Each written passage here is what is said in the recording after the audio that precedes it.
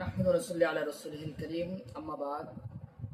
সম্মানিত দর্শক, আজকে আমরা একটি গুরুত্বপূর্ণ বিষয় নিয়ে আলোচনা করব। বিষয়টি হচ্ছে যে আগামী কোরবানিতে আমরা অনেকেই কোরবানির পশুর সাথে আকিকা, আমাদের সন্তানদের নামে আকিকা দিতে চাই।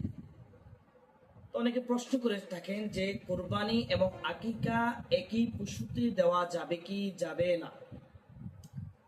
যদি আমরা শরীয়তের দৃষ্টিতে দেখি, ফুকাহায়ে কেরাম এই ব্যাপারে তাদের অভিমত হচ্ছে একই পশুতে আকিকা এবং কোরবানি একসাথে করা যাবে, এই কথারই ফতোয়া। তবে ইবনে কুদামা রাহিমাহুল্লাহ তিনি আল মুগনির মধ্যে একটা আলোচনা এনেছেন যে দুইটা ভিন্ন ভিন্ন ইবাদত, তো দুটোর জন্য আলাদা আলাদা পশু সবকিছু ভিন্ন হওয়া প্রয়োজন। ইবনে হাজার আসকালানী রাহিমাহুল্লাহ তিনি ফাতুল বারীর মধ্যে এই আলোচনা করেছেন।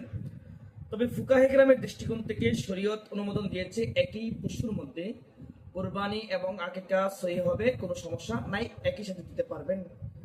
আল্লাহ তাআলা আমাদেরকে সহি শুদ্ধভাবে কোরবানি এবং আকিকার মাসালা জেনে আমাদেরকে কোরবানি ও আকিকা দেওয়ার তৌফিক দান করুন।